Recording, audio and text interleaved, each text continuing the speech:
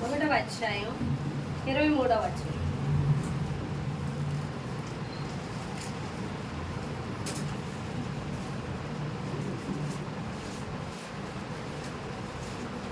సామెతలు 1వ అధ్యాయం 23వ వచనం.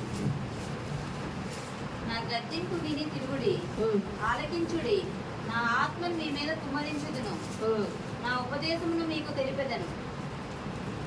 చాలమ్మా. హల్లెలూయా. సామెతలు 1వ అధ్యాయం 23వ వచనం. నా గద్దింపుని విని తిరుగుడి, ఆలకించుడి. నా ఆత్మను మీ మీద కుమ్మరించుదును, నా ఉపదేశమును మీకు తెలిపెదను. హల్లెలూయా. ప్రార్థన చేసుకుందాం. పరిశుద్ధుడా, ప్రేమ కలిగిన తండ్రి, నీకు వందనాలు ప్రభువా. నన్ను ప్రతి ఒక్కరిని మీ స్వాధీనం అందించుకోండి. నీ దాసురాలే నన్ను మరుగుపరిచి నీ జీవం వంటి వాక్కుని ఇక్కడ రిలీజ్ చేయండి. మీరు మాట్లాడితేనే మాకు జీవం ఉంటుందయ్యా. మీరు మాట్లాడుచుండగా మేము వినుచుండగా నీ ఆత్మచేత మమ్మల్ని నింపమని అడుగుచున్నాం. హృదయ మనోనేత్రాలు తెరవండి ప్రభా. ప్రతి అవిధేయత, నిద్రమత్తు, నిర్లక్ష్యపు స్పిరిట్ని నజరేయుడైన యేసుక్రీస్తు నామములో బంధిస్తున్నాము. ఆది నుంచి అంతవరకు అధ్యక్షత వహించమని, నీ కృప మా ఎడల విస్తరింప చేయమని, అయా మీరే ఇక్కడ బలమైన కార్యం జరిగించమని యేసు నామములో అడుగుచున్నాము తండ్రి. ఆమేన్. హల్లెలూయా. దేవుడు ఇక్కడ ఏమని మాట్లాడుతున్నాడంటే, నా గద్దింపుని విని తిరుగుడి, నా ఆత్మను మీ మీద కుమ్మరించెదను, నా ఉపదేశం మీకు తెలిపేదను అంటున్నాడు. హల్లెలూయా. చూడండి, మనము మన జీవితాలు ఎలా కొనసాగిస్తున్నామంటే, దేవుని యొద్దకు వచ్చిన దగ్గర నుంచి మనము శ్రమ వచ్చినప్పుడు కానీ, ఏమైనా ఇబ్బందులు కలిగినప్పుడు కానీ, రోగాలు వచ్చినప్పుడు కానీ మనము దేవుని పాదాలు పట్టుకుంటున్నాం. పట్టుకొని ఏమని ప్రార్థన చేస్తున్నాం? ప్రభువా, మా అపరాధాలు ఏమన్నా ఉంటే క్షమించండి, మేము ఎక్కడ సరి చేసుకోవాలో చెప్పండి, మేము ఎక్కడ సరి చేసుకుంటాం అని మనం ప్రార్థన చేసినప్పుడు అవి వెంటనే స్వస్థత రావడం కానీ, అద్భుతం జరగడం కానీ, ఆ సమస్యలు తొలగడం కానీ జరుగుతున్నాయి. అలా జరిగినప్పుడు మనం దేవుని సంతోషించి దేవుని బట్టి మరలా మనం జీవనశైలి మొదలు పెడతాం. అయితే సమస్యలు వచ్చినప్పుడు, ఇబ్బందులు కలిగినప్పుడు, రోగాలు వచ్చినప్పుడు నువ్వు దేవుని సన్నిధికి వచ్చి మొరపెట్టడం కాదు, కానీ నువ్వు నిరంతరం కూడా నీ జీవనశైలి దేవుని యొక్క అధికారంలోనే జరగాలి. ఎవరి అధికారం? దేవుని అధికారం. సమస్యలు వచ్చినప్పుడు సరి చేసుకోవడాలు కాదు. నీ లైఫే ఇష్టపూర్వకంగా దేవుని అధికారానికి అప్పగించుకోవాలి. ఆయన్ని ప్రేమించి ఆయన అధికారానికి మనం అప్పగించుకోవాలి. కానీ సమస్యలు వచ్చినప్పుడు, మన పరిస్థితులు బాగోనప్పుడు సరి చేసుకోవడాలు కాదు. మన లైఫ్లోనే దేవుని అధికారానికి అప్పగించుకోవాలి అని దేవుడు మాట్లాడుతున్నాడు. హల్లెలూయా. చాలా మంది సమస్యలు వచ్చినప్పుడు దేవుణ్ణి అడిగితే ఇస్తాడు, రొట్టె ముక్క ఇచ్చినట్లుగా దేవుడు ఇస్తాడు. కానీ మరలా నీకు సమస్యలు స్టార్ట్ అవుతాయి. మరలా నువ్వు దేవుని సన్నిధికి వస్తావు, మరలా అడుగుతావు. అది దేవుని ప్రేమ అనిపించుకోదు. అటువంటి లోబడే తత్వాన్ని బట్టి దేవుని అభిషేకం దిగదు. దేవుడు అంటున్నాడు, నా గద్దింపుని విను తిరుగుడి, నా ఆత్మను మీ మీద కుమ్మరిస్తాను. ఎవరైతే 100% దేవుని అధికారానికి తమ జీవితంలో తమ ఇష్టము కాదు, ఇంకా ఎవరి ఇష్టానికి అప్పగించుకోవాలి? దేవునికే అప్పగించుకోవాలి, దేవుని ఇష్టానికే అప్పగించుకోవాలి. అలా అప్పగించుకున్న వారి మీద దేవుని అభిషేకం ఉంటుంది, దేవుని ఆత్మ బలముగా దిగుతుంది. అటువంటి వారికి నిరంతరం కూడా సమృద్ధి ఉంటుంది అని దేవుడు మాట్లాడుతున్నాడు. ఎందుకని అంటే చూడండి, ఆదికాండం 1వ అధ్యాయం 27 నుంచి 28 వచనాలు చదువుదాం. ఆదికాండం 1వ అధ్యాయం 27, 28 వచనాలు. దేవుడు తన స్వరూపమందు నరుని సృజించెను, దేవుని స్వరూపమందు వారిని సృజించెను, స్త్రీని గాను పురుషుని గాను వారిని సృజించెను. దేవుడు వారిని ఆశీర్వదించెను. ఎట్లనగా, మీరు ఫలించి అభివృద్ధి పొంది విస్తరించి భూమిని నిండించి దానిలో లోపరుచుకొనుడి. సముద్రపు చేపలను, ఆకాశ పక్షులను, భూమి మీద ప్రాపు ప్రతి జీవిని ఏలుడని దేవుడు వారితో చెప్పాను. చూడండి, దేవుడు అంట తన స్వరూపమందు నరుని సృజించెను, దేవుని స్వరూపమందు వారిని సృజించెను, స్త్రీగాను పురుషునిగాను సృజించెను. దేవుడు వారిని ఆశీర్వదించెను. ఎట్లనగా, ఫలించి అభివృద్ధి పొంది విస్తరించి భూమిని నిండించి దానిని లోబరుచుకొనుడి. హల్లెలూయా. హల్లెలూయా. మనల్ని భూమి మీద సృష్టించినప్పుడు ఏ విధంగా సృష్టించాడు అంటే దేవుని స్వరూపములో సృష్టించాడు. స్త్రీని గాను పురుషుని గాను సృష్టించాడు. ఫలించాలంట, అభివృద్ధి చెందాలంట, విస్తరించాలంట, ఈ భూమిని లోబర్చుకోవాలంట. భూమి మీద ఉన్న ప్రతి జంతువును, ప్రాకు, ప్రతి జీవిని కూడా ఏలాలంట. హల్లెలూయా. అంటే ఈ లోకంలో ఉన్న సంపద అంతా కూడా అనుభవించమని మనకి దేవుడు అధికారం ఇచ్చాడా లేదా? ఇక్కడ వాక్యాన్ని బట్టి అని అర్థమవుతుందా? ఇక్కడ వాక్యాన్ని బట్టి అర్థం ఏంటో తెలుసా? భూమి మీద దేవుడు సమస్తాన్ని సృష్టించేసి లాస్ట్లో మనుషుని సృష్టించి ఇప్పుడు ఈ భూమి మీద ఉన్నంతటిని కూడా మీరు అనుభవించండి, అంతేకాదు వాటిని ఏలండి, వాటిని లోబర్చుకోండి అని అధికారం ఇచ్చాడు దేవుడు. ఎవరికి ఇచ్చాడు? మనుషునికి ఇచ్చాడు. ఏదైనా వనంలో మనకి ఏం పెట్టాడు? మీరు ఆ పైన చదివితే ఒకటో అధ్యాయంలో అక్కడ చూడండి, ఆదికాండం 2వ అధ్యాయం 7 నుంచి 9 వచనాలు ఉంటాయి చూడండి. ఆదికాండం 2వ అధ్యాయం 7 నుంచి 9 వచనాలు. దేవుడైన యెహోవా నేలమంటితో నరుని నిర్మించి వాని నాసికారంధ్రములో జీవవాయువును ఊదగా నరుడు జీవాత్మ అయ్యను. దేవుడైన యెహోవా తూర్పున ఏదెనులో ఒక తోట వేసి దానిని నిర్మించిన నరుని దానిలో ఉంచెను. తాను నిర్మించిన నరుని దానిలో ఉంచెను. మరియు దేవుడైన యెహోవా చూపునకు రమ్యమైనదియు ఆహారమునకు మంచిది అయిన ప్రతి వృక్షమును, ఆ తోట మధ్యన జీవ వృక్షమును, మంచి చెడ్డల తెలివినిచ్చు వృక్షమును నేల నుండి మొలిపించెను. దేవుడు ఎంత ప్రేమిస్తున్నాడంటే నరుణ్ణి భూమి మీద సమస్తాన్ని సృష్టించి వీళ్ళకు ఒక ఏదేను అని ఒకటి వేసి అందులో చూడ్డానికి చాలా అందంగా తినాలనిపించేలా అనేక ఫలవృక్షములు కలిగిన చెట్లను, మంచి చెడ్డల తెలుగునిచ్చు చెట్టును, జీవవృక్ష ఫలము కలిగిన చెట్టును ఆ తోటలో ఉంచాడంట. హల్లెలూయా. ఉంచి ఆ తోట పండ్లను తినమంటున్నాడు.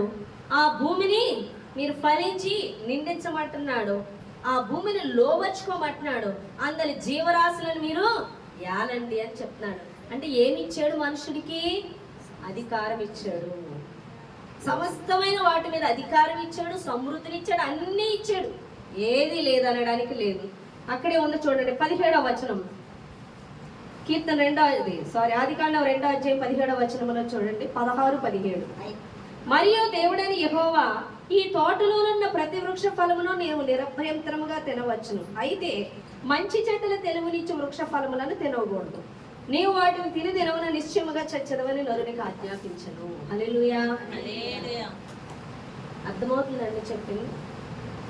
అన్ని వృక్ష ఫలాలు తినచ్చంట, కానీ మంచి చెడ్డల తెలుగునిచ్చు వృక్ష ఫలాలు మాత్రం తినొద్దు. ఆ చెట్టు ఫలాలు తినొద్దు. మీరు అన్నీ తినచ్చు, ఈ భూమిని ఇవ్వాలండి, లోబర్చుకోండి అన్న అధికారం ఇస్తే ఈ నరుడు వెళ్ళి ఏం చేశాడు? ఈ అధికారం అంతా అపవాదికి అప్పగించాడు. ఎప్పుడు అప్పగించాడు? ఏ మంచి చెడ్డల తెలివినిచ్చు ఫలములు తినొద్దన్నాడో ఆ పండు తిని దేవుడు చెయ్యొద్దన్న పని చేసి దేవుడు ఈ భూమి మీద ఇచ్చిన అధికారం అంతటిని కూడా అపవాది చేతికి అప్పగించాడు. ఇప్పుడు ఎలా జీవిస్తున్నాడంటే బానిసగా జీవిస్తున్నాడు. ఎప్పుడైతే ఆ పాపం చేశాడో తోట నుండి వెలివేయబడటం, తనకు తానే భూమిని సాగు చేసుకోవడం, తను తానే పంట పండించుకోవడం, జీవనము చాలా కష్టమైంది. ఇక సమస్తము కూడా వాని అధికారం లేక, మనిషికి అధికారం లేక శాతాన్ అధికారం కిందకి వెళ్ళిపోయింది. అందుకే యేసు ప్రభువారు లోకానికి వచ్చారు. ఆయన మరణించి, అర్థమవుతుంది, ఆయన మరణించి శాతాను దగ్గర ఉన్న ఈ అధికారాన్ని అంతటి కూడా ఆయన తీసుకొని ఆ అధికారం మనకి ఇచ్చి ఉన్నాడు. మరలా ఎవరికి ఇచ్చాడండి? శాతాను దగ్గర అధికారం తీసివేసుకొని మళ్ళీ అధికారం ఎవరికి ఇచ్చాడు? మనకిచ్చాడు. ఎవరైతే యేసు యొద్దకు వచ్చి క్రీస్తునందు విశ్వాసం ఉంచుతారో, ఎవరైతే క్రీస్తుకు లోబడతారో వారు మాత్రమే ఈ అధికారాన్ని పొందుకుంటారు అని దేవుడు మాట్లాడుతున్నాడు. హల్లెలూయా. అర్థమైందా మీకు? చూడండి, జీవ వృక్షము అని చెప్తున్నాడు. జీవ వృక్షం అంటే ఎవరు? ఇప్పుడు జీవ వృక్షం అంటే జీవాన్ని కలుగజేసేది ఎవరు? ఇప్పుడు మనం యేసయ్య. జీవ వృక్షం అనేప్పుడు మనం యేసయ్యతో పోల్చుకోవాలి. మంచి చెడ్డల తెలివినిచ్చు ఫలం అంటే అపవాది ఆలోచనలు, అపవాది నడిపింపు అని తెలుసుకోవాలి. నువ్వు దేవుని యొద్దకు వచ్చాక నీవు జీవవృక్ష ఫలాలు తినాలి, అనగా దేవుని యొక్క అధికారము, అనగా దేవుని చిత్తము, దేవుని ఉద్దేశము, దేవుని యొక్క వాక్యమునకు లోబడి నడుచుకుంటే నువ్వు జీవవృక్ష ఫలాలు తింటున్నట్టు. మంచి చెడ్డలు తెలివినిచ్చు అంటే ఏంటి? ఈరోజు నువ్వు ప్రతిదినం ఉదయం లేచిన కాంచి రాత్రి వరకు నువ్వు చేసే ఆలోచనలు ఏంటంటే నీ లైఫ్కి ఏది మంచో, ఏది చెడో, ఏది చేస్తే మంచిదో, ఏది చేస్తే చెడ్డదో విపరీతమైన ఆలోచనలు చేసి, మనుషుల ఆలోచనలు తెలుసుకొని నీ ఆలోచనలు చేసి అపవాది ఆలోచనలు చేస్తుంటావే, అది మంచి చెడ్డల తెలివినిచ్చు వృక్ష ఫలం తిన్నట్లు. ఆ రోజు ఆదాము అవ్వే తినలేదు. ఈరోజు నువ్వు నేను కూడా మంచి చెడు గురించి ఆలోచిస్తూ, ఆలోచన చేస్తూ, ఏది మంచిదో, ఏది చెడుదో, ఏది చెయ్యాలో, ఏది చేయకూడదు, మనుషుల ఆలోచన, నీ ఆలోచన చేస్తూ ఉంటే నువ్వు ఇంకను మంచి చెడ్డల తెలివినిచ్చు వృక్ష ఫలాన్ని తింటున్నట్టే. జీవవృక్ష ఫలం తినడం అంటే దేవుడు ఏది చెప్తున్నాడో అది మాత్రమే చేయడం.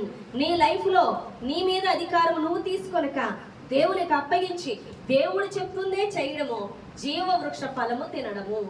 జీవవృక్ష ఫలము తినిన వారు ఇహలోక పరంగా జీవిస్తారు, పరలోక పరంగా జీవిస్తారు, యుగ యుగములు జీవములు కలిగి ఉంటారు. ఆ విధంగా కాకుండా మంచి చెడ్డల తెలివినిచ్చు ఫలము తినడం అంటే లోక సంబంధంగా నువ్వు ఆలోచిస్తూ ఉంటే, ఆలోచన చేస్తుంటే నువ్వు జీవవృక్ష ఫలాన్ని తిననట్టు, నువ్వు మంచి చెడ్డల తెలివినిచ్చు ఫలాన్ని తిన్నట్టు నిశ్చయముగా నువ్వు చచ్చెదవు, అనగా నువ్వు ఆత్మలో బ్రతకవు, చచ్చిన స్థితిలో ఉంటావు అని దేవుడు మాట్లాడుతున్నాడు. ఎవరికైతే లోకపు ఆలోచనలు ఎక్కువో, లోకపు డెసిషన్స్ ఎక్కువో, మనుషుల ఆలోచనలు ఎక్కువ, తమ ఆలోచనలు ఎక్కువ, అనేక మంది సలహాలు తీసుకుంటూ ఉంటారో, అనేక ఆలోచనలు చేస్తుంటారో వాళ్ళు చచ్చిన స్థితిలో ఉంటారు.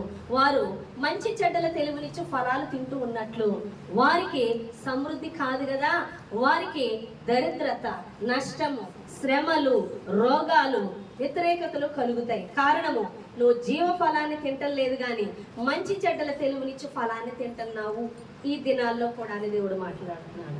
అర్థమవుతుందా? హల్లెలూయా. నువ్వు జీవవృక్ష ఫలం ఎప్పుడైతే తింటావో నువ్వు ఏమవుతావు? దేవుని అధికారం కిందకి వెళ్తావు. దేవుడు కోరుకునేది ఏంటో తెలుసా? నరుడు సృష్టించి దేవుడు అధికారాన్ని అప్పగిస్తే అది శాతానికి అప్పగించాడు నరుడు.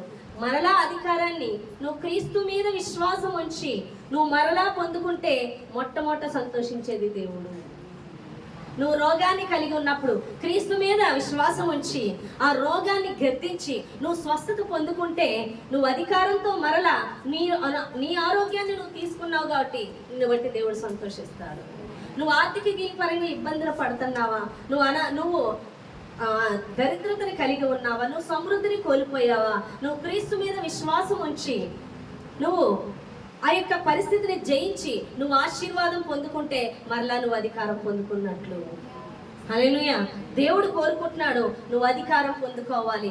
ఎవరి దగ్గర నుంచి అంటే నీ నుంచి దొంగిలించిన ప్రతి ఆశీర్వాదాన్ని శాతాన్ నుంచి నువ్వు పొందుకోవాలి. నువ్వు దొంగిలించింది నువ్వు మరలా తీసుకోగలగాలి అంటే అది క్రీస్తునందు విశ్వాసం ఉంచడం ద్వారా అని దేవుడు మాట్లాడుతున్నాడు. చర్చికి వచ్చేయడం వెళ్ళిపోవడం కాదు. చాలా మంది చర్చికి వచ్చి కూడా కాన్సన్ట్రేషన్ ఇక్కడ పెట్టరు. వారు అనుకుంటారు నేను చర్చికి వచ్చాను కాబట్టి దీవించబడిపోతాను. అది మాత్రం నీ యొక్క అపోహ. చర్చికి వస్తే నువ్వు దీవించబడిపోతావు అని దేవుడు చెప్పలేదు. నేను చర్చికి రమ్మనేది ఏంటంటే నీవు జీవవృక్ష ఫలాలు తినాలి. నీకు బయట దొరికే ఫలాలన్నీ మంచి చెడ్డల తెలివినిచ్చు ఫలాలు. తెలివి, మంచి చెడ్డల గురించి తెలివి, జ్ఞానము, లోక జ్ఞానము కలుగజేస్తుంది. కానీ నువ్వు ఎప్పుడైతే దేవుని యొద్దకు వస్తావో అది జీవవృక్ష ఫలాలు నువ్వు తీసుకున్నట్లుగా, నువ్వు తిన్నట్లుగా.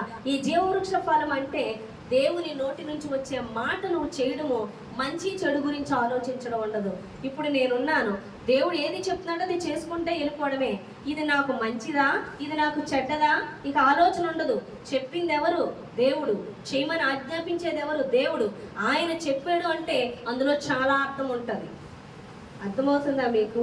కాబట్టి దానికి మంచా చెడా, చెయ్యాలా వద్దా అనే దానికి స్కోపే లేదు. 100% ఆయన చెప్పింది చేయవలసిన నీకు ఆలోచన లేదు. ఆయన చెప్పిన దానికి మనం లోబడి చేయాలి. ఆయన చెప్పాడు అంటే అందులో చాలా అర్థం ఉంటుంది. అది మనకు ఇప్పుడు అర్థం అవ్వకపోవచ్చు, కానీ దేవుడు చెప్పింది చేయాలి. దానిలో వివేచించం, ఆలోచించం, మంచి చెడు చూడవు. కానీ లోక సంబంధంగా మనము దేవుని వాక్యానికి లోబడినప్పుడు మనం ఆలోచిస్తాము, నేను చేస్తున్నది మంచిదేనా, నేను చేస్తున్నది కరెక్టేనా, వాళ్ళు ఈ ఆలోచన తీసుకుందామా, వారి దగ్గరికి వెళ్ళి ఆలోచన తీసుకుందాం, ఎలా ప్లాన్ చేద్దాం, ఏం చేద్దాం అని ఆలోచన చేస్తుంటావు. అప్పుడు నువ్వు మంచి చెడ్డల తెలివినిచ్చు ఫలము తిన్నట్లుగానే ఆ రోజు ఆదాము అవ్వ ఎలాగా పండు తిని సర్వాన్ని కోల్పోయారు ఆశీర్వాదాన్ని, ఈరోజు నీవు నేను కోల్పోతామని దేవుడు మాట్లాడుతున్నాడు. ఏదైనా వనములో ఉన్నప్పుడు సమస్తము దేవుడు వాళ్ళకి సమృద్ధిగా ఇచ్చి ఉన్నాడు. కానీ వాళ్ళు ఎప్పుడైతే పండు తిన్నారో ఆ సమృద్ధిని అంతా కోల్పోయారు. ఈ రోజు నువ్వు ఎప్పుడైతే ఆలోచనలు చేస్తూ ఉంటావో, ఎప్పుడైతే మంచి చెడుల గురించి ఏది మంచిది ఏది బెస్ట్ అనే ఆలోచనలు తీసుకుంటూ ఉంటావో, నువ్వు మంచి చెడుల వృక్ష ఫలమును తిన్నట్లే నీకున్నదంతా కూడా పోగొట్టుకున్నట్టే దేవుడు మాట్లాడుతున్నాడు. ఎవరికైనా అర్థమైందని నేను చెప్పాను మాట అర్థమవుతుందా? హల్లెలూయా. అర్థమైందా? దేవునికి స్తోత్రం. అందుకే దేవుడు అంటున్నాడు, నా గద్దింపుని విని తిరగండి, నేను చెప్పింది చేయండి. అలా చేస్తున్నప్పుడు మీ మీద దేవుని ఆత్మ కుమ్మరించబడుతుంది. నేను చెప్పింది మీరు చేస్తున్నప్పుడు, నా మీద విశ్వాసం ఉంచినప్పుడు, మీరు అపవాది దోచుకున్న ప్రతి ఆశీర్వాదాన్ని మరలా మీరు పొందుకుంటారు. అలా పొందుకోవడమే నాకు ఇష్టం, అదే నాకు సంతోషం. మీరు దీవించబడాలి. దేవుడు ఎప్పుడు కూడా రోగిష్టులు పుట్టించలేదు. దేవుడు ఎప్పుడు కూడా చెడ్డది ఏది కలుగ చేయలేదు. నిన్ను మంచిగానే సృష్టించాడు. పోగొట్టుకునేది నువ్వే. ఎందుకంటే నువ్వు తినే ఫలం జీవవృక్షము కాదు, నువ్వు తినే ఫలం మంచి చెడ్డల తెలివినిచ్చు ఫలం అయిపోతుంది. అందుకే దేవుడు అంటున్నాడు, నువ్వు 100% జీవవృక్ష ఫలాన్ని తినవలసింది. ఈ జీవవృక్ష ఫలం అనేది ఎవరంటే మన యేసయ్య. హల్లెలూయా. ఈ యేసయ్య చెప్పింది చేయడమే జీవవృక్ష ఫలం తినడం.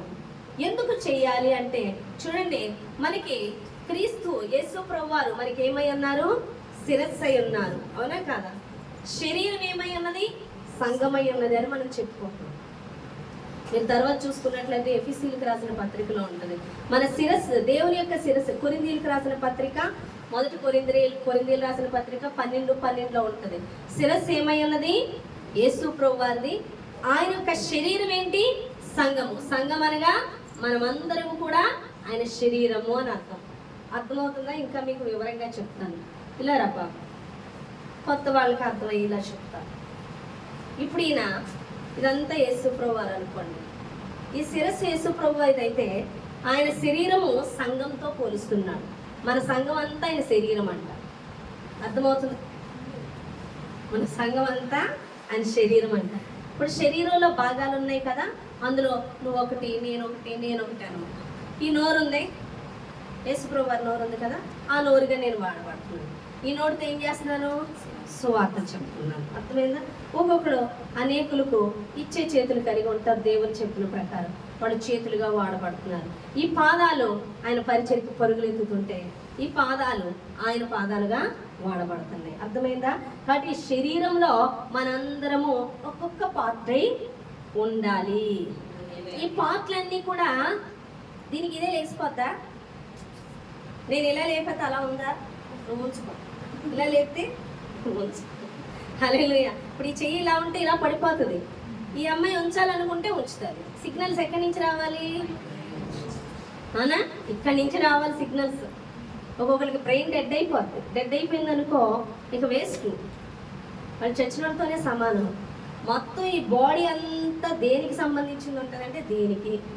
శిరస్సు ఆధీనంలో ఉంటుంది. అర్థమైంది? ఇక్కడ ఏమన్నా చిన్నది బ్లడ్ క్లాట్ అయింది అనుకోండి, పెరాలసిస్ వచ్చేది, అవునా కదా? ఈ కాలు, ఈ చెయ్యి పనిచేయదు. చిన్నది క్లాట్ అయితే చాలు, మూత వంకర పోద్ది, ఇంకా చెయ్యి పని చేయదు. నువ్వు తీయాలనుకుంటావు కానీ చెయ్యి అలాగే ఉంటుంది. తీయే అంటది మైండ్, కానీ తీయదు. ఎందుకంటే ఇక్కడ బ్లడ్ సిగ్నల్స్ వెళ్ళట్లేదు, బ్లడ్ క్లాట్ అయిపోయింది. అర్థమవుతుందా? ఈ బాడీలో ప్రతిదీ పని చేయాలంటే ఇది పని చేయాలి, ఇది ఆర్డర్ ఇవ్వాలి, ఇది చెప్పాలి. ఇది చెప్పినట్లు ఇది వెళ్తే ఇది ఆర్డర్లో ఉన్నట్టు. అర్థమవుతుందా? పెరాలసిస్ వచ్చినాడు వాళ్ళు ఇలా నడాలనుకుంటే ఇలా పోతుంటారు, కానీ అంటే దీని ఆధీనంలో లేదు. తను ఒకటి చేయాలనుకుంటే ఇది ఒకటి చేస్తుంటారు, బాడీ ఒకటి చేస్తుంటారు. ఇలా వెళ్ళాలనుకుంటే అలా, చెయ్యి ఇలా అనాలనుకుంటే అలా వెళ్ళిపోతుంటుంది. కారణం ఏంటంటే దీని ఆధీనంలో లేదు. అలాగే క్రీస్తు శిరస్సు అయితే మనం శరీరం అందరి భాగములైతే ఎవరి మాట వింటే ఎవరు చెప్పినట్లు వింటాము? యేసు చెప్పినట్లే వింటాం. అలా విన్నప్పుడు, అలా చేస్తున్నప్పుడే క్రీస్తు శరీరంలో నువ్వు భాగముగా ఉంటావు. ఈయన ఒకటి చెప్తుంటాడు, నువ్వు ఒకటి చేస్తుంటావు. అప్పుడు నువ్వు శరీరంలో ఉన్నట్ట, నువ్వు ఆయన సిగ్నల్ అందుకున్నట్ట, అందుకుంటలేదు. అర్థమవుతుందా? అప్పుడు ఆయన అధికారం కింద లేవుగా. అదే ఆయన సిగ్నల్స్ అన్నీ అనుకుంటున్నావు అనుకో, క్రమంగా జరుగుతున్నాయి అనుకో, నువ్వు ఆయన అధికారం కింద ఉన్నట్టు. ఇప్పుడు ఈయన కింద ఏముంది? శాతాన్ తల చితక్క తొక్కబడి ఉంది. ఈయన అధికారంలోనే దేవుడు సమస్తాన్ని మరలా శాతాన్ అధికారం అంతా లాక్కున్నాడు. ఇప్పుడు ఇందులో ఉన్న నీవు ఆ అధికారాన్ని నువ్వు కూడా శాతాను మీద పొందుకుంటావు. శాతాను దొంగిలించిన ప్రతి ఆశీర్వాదం ఈయనలో ఉన్న నువ్వు పొందుకుంటావు. ఎంతమందికి అర్థమైంది? క్రీస్తు శిరస్సు అయితే మనం శరీరం అందరి భాగమై ఉండాలి. ఎప్పుడుంటాం? క్రీస్తు చెప్పినట్టు, యేసు చెప్పినట్లు లోబడేవాడు. మన జీవితంలో మనం అనుకున్నవన్నీ మనం చేసేసుకొని కష్టం వచ్చినప్పుడు దేవుడి సన్నిధికి వచ్చేవాళ్ళు శరీరం అందరి భాగం అవ్వరు. నీకు కష్టం వచ్చినప్పుడు, నష్టం వచ్చినప్పుడు కాదు, నా లైఫ్కి అధికారం నేను దేవునికే ఇచ్చుకుంటా, అది ఏ దేవుని జీవ మార్గము అని ఎప్పుడైతే నువ్వు అప్పగించుకుంటావో అప్పుడు ఆయన శరీరం అందరి భాగం అవుతావు. ఇక ప్రతి సిమ్టమ్స్, ప్రతి ఆజ్ఞ కూడా తల నుంచే వస్తుంది శరీరానికి. అంటే నువ్వు దేవుని చెప్పినట్టే వింటూ ఉంటావు. అలా వింటూ ఉంటే నువ్వు క్రీస్తు శరీరంలో భాగానివి. నువ్వు ఎప్పుడైతే క్రీస్తు శరీరంలో భాగమై ఉన్నావో, క్రీస్తు అధికారంలో వచ్చిన సాతాను యొక్క దొంగిలించిన ప్రతి ఆశీర్వాదానికి నువ్వు పొందుకున్నట్లు, అధికారం క్రీస్తు తీసుకున్నట్లు, నువ్వు కూడా ఆయన శరీరంలో ఉన్నప్పుడు ఆ క్రీస్తు నుండి సమస్త అధికారాన్ని కూడా నువ్వు తీసుకొని గలుగుతావు. ఎంతమందికి అర్థం? హల్లెలూయా. కూర్చోరా. అర్థమైందా మీకు? హల్లెలూయా. కాబట్టి ప్రతి ఆశీర్వాదము మనం పొందుకోవాలంటే అందుకు ఎవరిలో ఉండాలి? క్రీస్తులో ఉండాలి, ఆయన శరీరంలో ఉండాలి. నువ్వు ఎప్పుడైతే కలిగి ఉన్నప్పుడు, నువ్వు క్రీస్తు ఎప్పుడైతే అధికారాన్ని కలిగి ఉన్నాడో, మొత్తం అధికారం ఈ యొక్క ప్రపంచం మీద కలిగి ఉన్నాడు. ఆ అధికారం ఎవరికి ఇచ్చి ఉన్నాడు? మానవుడికి ఇవ్వాలని దేవుడు చూస్తున్నాడు. నువ్వు అది ఎప్పుడు పొందుకుంటావంటే ఆయనకి లోబడి ఉన్నప్పుడు, ఆయన చెప్పింది చేసినప్పుడు. అందుకే దేవుడు అంటున్నాడు, దేవునికి లోబడి ఉండుడి, అపవాదిని ఎదురించుడి. హల్లెలూయా. నువ్వు దేవునికి లోబడి ఉంటే ఆయన శిరస్సు కిందకు వస్తావు. ఆయన శిరస్సు కిందకు వచ్చినప్పుడు అపవాది మీద అధికారం కలిగి ఉంటావు. వాడు నీ నుంచి పొందిన ప్రతిదీ, దోచుకున్న ఆశీర్వాదమే కానీ, సమృద్ధే కానీ, ఏది నీ నుంచి దోచుకున్నా అది నువ్వు మరలా పొందుకోగలుగుతావు. ఎప్పుడంటే క్రీస్తుకు లోబడినప్పుడే. ఆయనకు లోబడినప్పుడు నువ్వు ఏది పొందుకోలేవు. అర్థమవుతుందా? హల్లెలూయా. అందుకే దేవునికి లోబడి ఉండాలి. నీకు గుర్తొచ్చినప్పుడు, నీకు ఇష్టం వచ్చినప్పుడు, నీకు శ్రమ వచ్చినప్పుడు కాదు, నీ లైఫ్ అంతటి మీద అధికారం ఎవరికి అప్పగించుకోవాలి? నీ జీవన శైలిలో మొత్తం కూడా దేవునికి అప్పగించుకోవాలి. నువ్వు తినేది దేవుని కోసం, నువ్వు బ్రతికేది దేవుని కోసం, నువ్వు మాట్లాడేది దేవుని కోసం, నువ్వు ఎక్కడికి వెళ్ళినా దేవుని నిమిత్తమే, నువ్వు ఏ పనికి వెళ్ళినా దేవుని మహిమపరచడానికి నిమిత్తమే, నువ్వు ఎక్కడున్నా దేవుని మహిమ నిమిత్తమే అన్నది నువ్వు ఎప్పుడైతే కలిగి ఉంటావో ఖచ్చితంగా నీ జీవితంలో ఆయనకి సంపూర్ణ అధికారం ఇచ్చిన వ్యక్తిగా ఉంటావు. ఈరోజు చాలా మంది చర్చకు వచ్చి వారి స్వార్థము కోసం క్రీస్తు యొద్దకు వచ్చేవారుగా ఉంటున్నారు, కానీ క్రీస్తు కోసం జీవించేవారుగా ఉండట్లేదు. ఎప్పుడైతే నువ్వు క్రీస్తు కోసం జీవిస్తుంటావో దేవుడు నువ్వు అడగక ముందే ప్రతిదీ నువ్వు పొందుకోగలుగుతావు. ఎందుకంటే అపవాది మీద అధికారం కలిగి ఉంటావు కాబట్టి. నువ్వేదో పొందుకోవడానికి, నీ స్వార్థం గురించి, నువ్వు బ్రతకడం కోసం దేవుణ్ణి అడుగుతూ ఉంటే ఇస్తాడు రొట్టె, కానీ అది నీకు శాశ్వత ఆనందాన్ని కలుగ చేయదు. అది శాశ్వతంగా నీకు ఆశీర్వాదకరంగా ఉండదు. శాశ్వతమైన ఆనందము, శాశ్వతమైన ఆశీర్వాదం ఎప్పుడు ఉంటుందంటే నీ జీవనం అంతటినీ కూడా దేవుని అధికారానికి అప్పగించుకున్నప్పుడే. హల్లెలూయా. ఎంతమందికి అర్థమైంది? దేవునికి స్తోత్రం. అందుకే ఒకసారి చాలాసార్లు చెప్పానుగా, డిఎల్ మోడీ గారు ఒకసారి ట్రైన్లో వెళ్తుంటే కొంతమంది ప్యాకెట్ ఆడుకుంటూ ఒక చెయ్యి రాదు అన్నారంట. అప్పుడు ఆయన అన్నారంట, నా చేతులు లేవు అన్నారంట. అదేంటి చేతులు ఉంచుకొని చేతులు లేవు అంటున్నాడని వాళ్ళు ఆశ్చర్యపోతే, అవి ఇవి నా చేతులు కాదు అని చెప్పాడంట. చాలా వింతగా ఉందని ఆయన దగ్గర వినడానికి వాళ్ళు ఇంట్రెస్ట్ చూపించినప్పుడు క్రీస్తు కోసం ఆయన చెప్పడం మొదలు పెట్టాడంట. అవును, ఆయన చేతులు కాదు. ఎవరి ఆ చేతులు అంటే క్రీస్తు చేతులు. మన చేతులైతే మన ఇష్టం వచ్చింది చేస్తాం, ఆయన చేతులైతే బహుశా ఆయన ప్యాకెట్ ఆడేవాడేమో. ఇప్పుడు ఆయన చేతులు కదా, ఎవరి చేతులు? ఇవి ఎవరి చేతులు అయిపోవాలి? నీ స్వార్థపరంగా జీవించకూడదు. ఈ చేతులు దేవుని కొరకు పని చేయాలి, ఈ నోరు దేవుని కొరకు పని చేయాలి, ఈ పాదములు దేవుని కొరకు పని చేయాలి. నీ స్వార్థం కోసమో, మనుషుల కోసమో, నీ ఫ్యూచర్ కోసమో, నీ ఉద్దేశాల కోసమో, నీకు ఏమన్నా చూడండి ఫ్యూచర్లో నేను మంచిగా ఉండాలంటే నేను ముందు ఇలాంటి ప్లాన్లు చేసుకోవాలి అని నీ ఆలోచన కోసమో నువ్వు నడుస్తూ ఉంటే నువ్వు మంచి చెడ్డల తెలివినిచ్చి వృక్ష ఫలాలే తిన్నట్టు. అది జీవానికి కాదు, మరణానికి తీసుకెళ్తుంది. నువ్వు దేవుని కోసం జీవిస్తున్నప్పుడే నీవు జీవవృక్ష ఫలాలు తిన్నట్టు, ఆయనగా శిరస్సు అధికారం క్రిందకు వచ్చినట్లు. అప్పుడే నువ్వు ప్రతిదీ శాతాన్ నుంచి క్రీస్తులో విశ్వాసం ఉంచి దాన్ని ఎదిరించి నువ్వు పొందుకోగలుగుతావు. అలాగా శాతాన్ని ఎదిరించి శాతాను కలిగి ఉన్న అధికారాన్ని నువ్వు ఈ క్రీస్తు ఎప్పుడైతే తీసుకున్నాడో, క్రీస్తునందు విశ్వాసము ద్వారా నువ్వు అది తీసుకోవడమే దేవుడు కోరుకుంటున్నాడు. అనగా నువ్వు ఆశీర్వదింపబడాలనే దేవుడు కోరుకుంటున్నాడు. నువ్వు రోగిష్ఠురాలుగానో, నువ్వు లేకపోతే సమస్యల వల్ల చిక్కుకుపోవాలనో, నువ్వు దీన పరిస్థితిలో ఉండాలనో దేవుడు కోరుకుంటలేదు. దేవుడు ఏం కోరుకుంటున్నాడు? నువ్వు ఆశీర్వదింపబడాలనే దేవుడు కోరుకుంటున్నాడు. ఎంతమందికి అర్థమైంది? అర్థమవుతుందా? హల్లెలూయా. ఎవరి కిందకి వెళ్ళాలి? క్రీస్తు అధికారం కిందకి నువ్వు వెళ్ళాలి. అలా వెళ్ళినప్పుడే క్రీస్తు యొక్క సమస్త ఆశీర్వాదాన్ని నువ్వు పొందుకుంటావు అని దేవుడు మాట్లాడుతున్నాడు. క్రీస్తు అనగా అభిషిక్తుడు అని అర్థం. క్రీస్తు అనగా అర్థం ఏంటి? అభిషిక్తుడు. అభిషేకం ఎప్పుడు కూడా నూనెను తల మీద వేస్తారు కానీ శరీర భాగాల మీద వెయ్యరు. మన అభిషిక్తుడైనటువంటి యేసు శిరస్సు ఉన్నప్పుడు, నువ్వు ఆ యొక్క శిరస్సుకి చెందిన శరీరమున పార్ట్ అయినప్పుడు ఆ క్రీస్తు యొక్క అభిషేకం ఎవరి మీద ఉన్నట్టు? నీ మీద ఉంటుంది. అభిషిక్తులను శాతానుడు ముట్టజాల లేడు.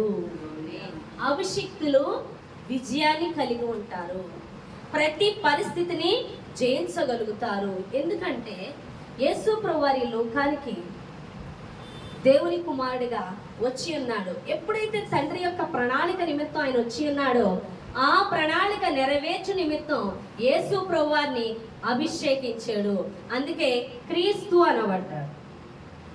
ఎంతమందికి అర్థం? ప్రతి పాయింట్ నేనేమి సోది చెప్పను. కాసేపు పిట్టకథలో, కాసేపు లోకంలోంచి వాక్యంలోంచి ఎక్కడికో తీసుకెళ్ళిపోయి మళ్ళీ కంటిన్యూ చేయడానికి నేను లేను. ప్రతి పాయింట్ కూడా దేవుడు ఏం మాటలు ఇచ్చాడో అవే చెప్పేస్తూ ఉంటాను. మీరు ప్రతి పాయింట్ దాటిపోయారంటే ఒక్కొక్క ఆశీర్వాదాన్ని మీరు కోల్పోయినట్లు. వాక్యాన్ని అర్థం చేసుకుంటే, వాక్యాన్ని గ్రహిస్తేనే, ఆ గ్రహింపులోనే నీ ఆశీర్వాదం, నీ విజయము, శాతాని మీద అధికారము దాగి ఉన్నది. అర్థమవుతుందా మీకు? క్రీస్తు అనగా అభిషిక్తుడు. దేవుని కుమారుడిగా ఈ లోకానికి వచ్చిన యేసు ప్రభువారు ఎప్పుడు క్రీస్తు అనబడ్డాడంటే, ఎప్పుడైతే దేవుని ప్రణాళికను నెరవేర్చు నిమిత్తము, చూడండి ఆ మాటలు ఉన్నాయి, వాక్యంలో చూపిస్తాను. లూకా సువార్త 1:35 చూడండి. లూకా సువార్త 1:35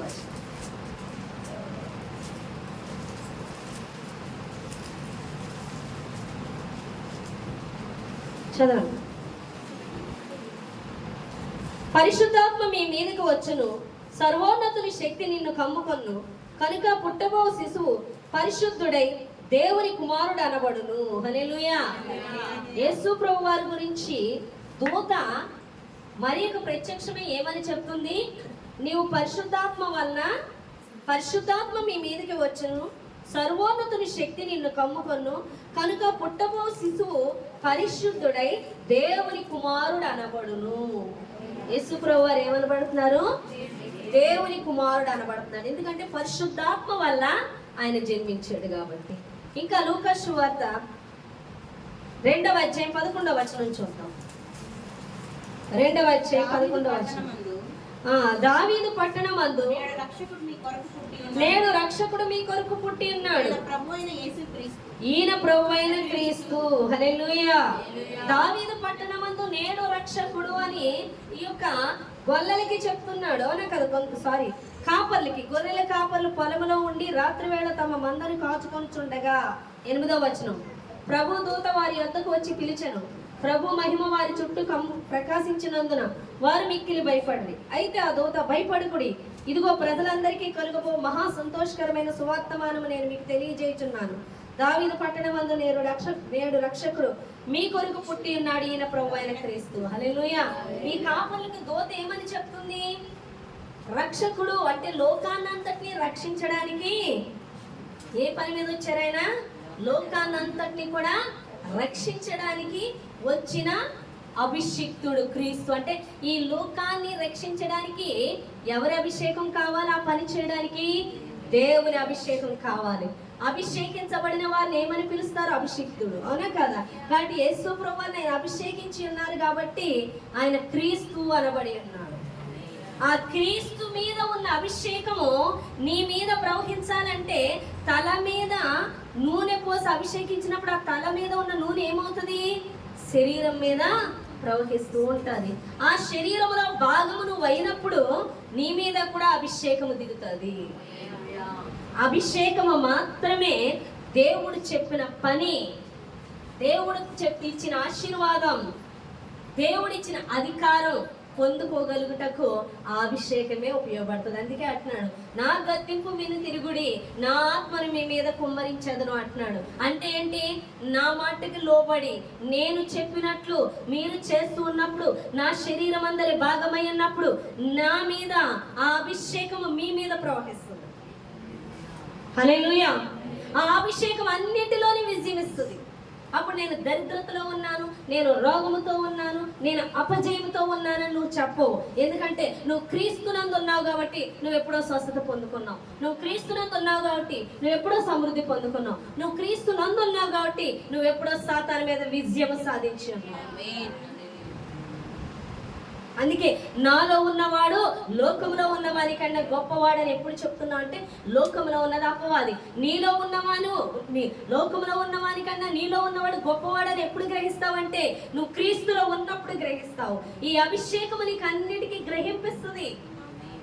అభిషేకం ఉన్న వాళ్ళకి వాక్య గ్రహింపు ఉంటుంది, అభిషేకం లేని వాళ్ళకి వాక్య గ్రహింపు ఉండదు. ఏం అర్థం కాదండి. వస్తారు వెళ్తారు, వాళ్ళలో జీవమే ఉండదు, వాళ్ళ మాటలో జీవం ఉండదు, వాళ్ళ ప్రవర్తనలో జీవం ఉండదు, వాళ్ళ తలంపుల్లో జీవం ఉండదు. కారణము వాళ్ళు క్రీస్తు కిందకి రాలా. కానీ క్రీస్తు క్రిందకు వచ్చిన ప్రతి ఒక్కరిలో మాటలో జీవం ఉంటుంది. దేవుని మాటలు, అభిషిక్తుల మాటలో జీవం ఉంటుంది. ఇదే వాక్కు అభిషేకం లేని వాళ్ళు చెప్తే జీవం ఉండదు, హృదయాలు తెరవబడవు. కానీ ఎవరైతే అభిషిక్తుల నోటి నుండి ఆ మాటలు వస్తాయో అదే జీవము కలిగిస్తుంది. అభిషిక్తులకి అభిషేకం లేని వాళ్ళకి తేడా అదే. అందుకే నువ్వు అభిషేకించబడాలి, నువ్వు దేవుని అధికారం కిందకి వెళ్ళాలి. నువ్వు ఇప్పుడు నేను చెప్పిన వాక్యం అంతా నువ్వు ఇంకా మర్మాలు తెలుసుకొని చెప్పి. చాలా మంది అభిషేకం లేని వాళ్ళు బైబిల్ గ్రంథ పఠనస్తులు, బైబిల్ గురించి చరిత్రల గురించి లోతులు వెళ్ళిపోతారు. వాళ్ళు ఎంత వాక్యం ఇక్కడ గంటల కొద్ది చెప్పినా గ్రహింపు రాదు. ఎందుకంటే వాక్యము జీవం వంటిది. ఈ జీవము నీలో జీవాన్ని కలిగ చేయాలంటే అది జీవముగా అయినటువంటి యేసు అనగా అభిషిక్తుడైనటువంటి యేసు ద్వారా పని చేయాలి. అది పని చేయాలంటే అభిషేకము నువ్వు కలిగి ఉండాలి. హల్లెలూయా. నువ్వు చెప్పే మాట జీవము కలిగి ఇతరులు ఏం చేయాలంటే కదిలించాలి, వాళ్ళు కదలిక రావాలి, వారిని ఆత్మను స్పృశించాలి, దైవ ప్రత్యక్షత కలగాలి. ఇది ఎప్పుడు కలుగుతుంది? ఈ జీవం ఎప్పుడు వస్తుంది? అభిషిక్తుని క్రిందకి వెళ్ళినప్పుడు. నువ్వు అభిషిక్తుడు నేను శిరస్సుగా కలిగినప్పుడు, శిరస్సు అంటే అధికారము, ఆయన అధికారంలోకి వెళ్ళినప్పుడు, ఆయన అధికారం కిందకు నువ్వు అప్పగించుకుంటే, నువ్వు ఎంత అప్పగించుకుంటావో అంతగా నువ్వు దీవించబడతావు, అంతగా నీలో నీ నోటి నుండి వచ్చే మాట జీవము కలిగి ఉంటుంది. నువ్వు జీవము కలిగి ఉంటావు. నువ్వు ప్రతిదీ కూడా జీవము కలిగిన క్రీస్తుని కలిగి ఉన్నావు కాబట్టి ఆ విజయాన్ని బట్టి అపవాది దొంగిలించిన ప్రతి ఆశీర్వాదాన్ని నువ్వు పొందుకుంటావు. ఎంతమందికి అర్థమైంది? చేతులైతే అందరూ కూడా హల్లెలూయా చెప్పండి. అర్థమైందా? హల్లెలూయా. కాబట్టి జీవం కిందకి నువ్వు రావాలి, జీవ వృక్ష ఫలాలు తినాలి. మంచి చెడ్డల తెలుగునిచ్చి ఫలాలు నువ్వు తినకూడదు. ఏది మంచి ఏది చెడు అని వివేచించడం కాదు, దేవుడు చెప్పాడా చెయ్యాలి, ఆయన అధికారానికి అప్పగించుకోవాలి. ఆయన వద్దన్నది ఏది కూడా అది నీకు లాభకరమైన, నీకు సంతోషమైన, నీకు ఆశీర్వాదకరంగా కనబడుతున్నా నువ్వు వద్దనుకొని దేవుడు చెప్పింది చేస్తున్నప్పుడు నీలో నుండి జీవం ప్రవహిస్తుంది, నీ మాటలో జీవం ప్రవహిస్తుంది. నువ్వు ఒక్క మాట చెప్తే చాలు ప్రతి హృదయము కదిలింపబడుతుంది. నీ నోటి యందు ఆ జీవము లేనప్పుడు నువ్వు ఎన్ని మాటలు చెప్పినా ఎదుటోళ్ళలో జీవము రాదు. కారణం నీలో ఆ జీవము లేదు. ఎందుకంటే నువ్వు ఆ క్రీస్తు క్రిందకి రాలేదు, నువ్వు అభిషేకం క్రిందకి రాలేదు, నువ్వు ఆయన అధికారానికి అప్పగించుకోలేదు. నీ ఇష్టము చేస్తున్నావు, నీ ఆలోచన చేస్తున్నావు, మనుషుల ఆలోచన తీసుకుంటున్నావు, కానీ దేవుని అధికారానికి అప్పగించుకుంటలేదు. ఎప్పుడైతే అప్పగించుకోవో ఏ అధికారము నీకు, సాతాను అధికారం కిందకి నువ్వు వెళ్ళిపోయి దేవుని అధికారాన్ని కోల్పోయి కాబట్టి ఆ జీవము నీలో ఉండట్లేదని దేవుడు మాట్లాడుతున్నాడు. హల్లెలూయా. యేసుప్రభువారు ఏమనలేదండి. పేతురు, యోహాను వాళ్ళందరూ కూడా, యోహాను, యాకోబు వాళ్ళు తమ వలలు దొరుకుకుంటున్నారు. యేసుప్రభువారు ఏమంటున్నారు? వెంబడించారా లేదా? ఒక సమస్య తేలాలంటే రోజంతా ప్రార్థనలో కూర్చుని పోతారు. ఉపవాసాలు ఉంటే జరగదు, అయ్యి ఉంటే జరగదు. మరి యేసుప్రభువారు ఏం ఉపవాసాలు ఉన్నారు? ఎన్ని రోజులు ప్రార్థన చేసి లాజరు దగ్గరికి వెళ్ళి లాజరు లేచి రాని, బయటికి పిలిచాడు, బయటికి రాని చెప్పండి. ఆయన నోటి యందు జీవం ఉన్నది, ఆయనే జీవమై ఉన్నాడు. ఎప్పుడైతే నువ్వు దేవునికి లోబడతావు నీ నోటి యందు కూడా జీవం ఉంటుంది. నీ ప్రతి మాట జీవాన్ని కలిగి ఉంటుంది కాబట్టి ఇతరులను దర్శిస్తుంది, అది ప్రవహిస్తుంది, అనేక ఆత్మలను కదిలిస్తుంది. నీలో జీవం లేనప్పుడు వారిలో కూడా జీవం ఉండదు. వాక్యం విన్నవారికి జీవము కలగదు, వారికి గ్రహింపు కలగదు. వారికి గ్రహింపు రావట్లేదు అంటే నీలో జీవము లేదు అని అర్థం.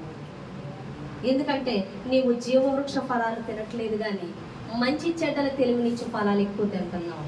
నీ ఆలోచనలు అవ్వచ్చు, మనుషుల ఆలోచనలు అవ్వచ్చు, నీ వివేచన అవ్వచ్చు, నీ ఇంటి వారు అవ్వచ్చు, నీ బంధువులు అవ్వచ్చు, నీ ఫ్రెండ్స్ అవ్వచ్చు. నువ్వు అనేక ఆలోచనలు చేస్తున్నావు. అందుకే నువ్వు మంచి చెడ్డల తెలివినిచ్చే ఫలాలు తింటున్నావు. జీవవృక్ష ఫలాలు తినాలి, దేవుని అధికారంలోకి వెళ్ళిపోవాలి. అప్పుడే ఆయన శరీరం అందరి భాగం అవుతావు. అప్పుడే ఆ అభిషేకం నీ మీద ఉంటుంది. ఆ అభిషేకము అన్నిటినీ వివేచించేలా చేస్తుంది, జ్ఞానం ఇస్తుంది, ఆశీర్వాదం ఇస్తుంది, అధికారాన్ని ఇస్తుంది. అందుకే దేవుడు అంటున్నాడు, నా గద్దింపును విని తిరిగితే నా ఆత్మను మీ మీద కుమ్మరిస్తాను. ఆ ఆత్మే అన్నిటినీ జయించగలిగే శక్తిని ఇస్తుంది. పరిశుద్ధ ఆత్మ అభిషేకమే. ఆ అభిషేకం లేకపోతే నువ్వు ఏది చేయలేవు. కాబట్టి అభిషిక్తుడైన క్రీస్తు శరీరములో భాగం అవ్వాలి. సంఘానికి అధికారం దేవుడిచ్చి ఉన్నాడు. సంఘానికి ఈ అధికారం ఇవ్వదలిచే క్రీస్తు యొక్క శరీర భాగంగా నిన్ను ఉండమని దేవుడు మాట్లాడుతున్నాడు. ఎంతమందికి అర్థమైంది? హల్లెలూయా. కాబట్టి ప్రియబిడ్డలారా, అంతవరకు కూడా మంచి చెడ్డల తెలివినిచ్చు ఫలాలు తింటున్నావు, జీవవృక్ష ఫలాలు తింటున్నావు. నువ్వు పరిశీలించుకో. నువ్వు ఎప్పుడైతే జీవవృక్ష ఫలాలు తింటావో అభిషిక్తుడైన క్రీస్తు అధికారంలోకి నువ్వు వెళ్ళిన వ్యక్తి అవుతావు. క్రీస్తు అధికారం ఎప్పుడైతే అప్పగించుకున్నావో, అభిషిక్తుడైన క్రీస్తు నీ మీద ఉన్నప్పుడు, ఆయనలో నువ్వు ఉన్నప్పుడు ఆయన అభిషేకం నీ మీద ఉంది. అభిషేకము నీకు వాక్యపు లోతు, గ్రహింపు, జ్ఞానము, ఆశీర్వాదము, విజయము అన్నీ ఇస్తుంది. మర్మాలను గురించి కూడా గ్రహింపిస్తుంది. మర్మం అనగా క్రీస్తుని కూర్చున్న మర్మం. క్రీస్తే మర్మం. ఎంత నువ్వు క్రీస్తుని గురించి గ్రహిస్తావో అంతగా నువ్వు మర్మాలు ఎరిగిన వ్యక్తి అవుతావని దేవుడు మాట్లాడుతున్నాడు. ఈ చిన్న మాటలు దేవుడు దీవించి ఆశీర్వదించుగాక. ఆమేన్. వాక్య నిమిత్తమైన ప్రార్థన చేద్దామండి.